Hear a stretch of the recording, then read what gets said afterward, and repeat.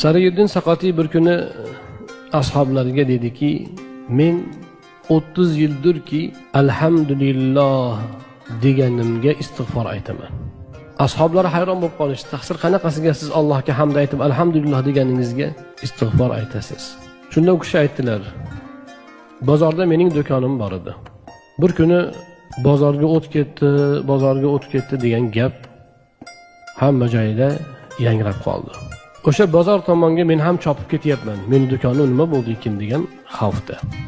Odamlar hamma bezovta deydilar. Do'kon egalari, bozorda ishlaydiganlar hammasi tashvishga tushib, nihoyatda bir dahshatga tushib qolgan. Birov menga bozor tomonidan yugurib kelib, "Ey Sariyuddin, sen xotirjam bo'l, seni do'koning omonda" dedi.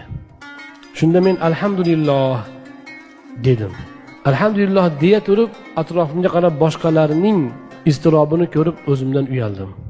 Boshqalarning do'koni yonib, bitta o'zimning do'konim qolganiga alhamdulillah deganim uchun, boshqalarni tashvishidan, tashvishlanmasdan, shuni his qilmasdan xursand bo'lib shodlanganim uchun Allohga 30 yildirki istig'for aytaman degan ekan.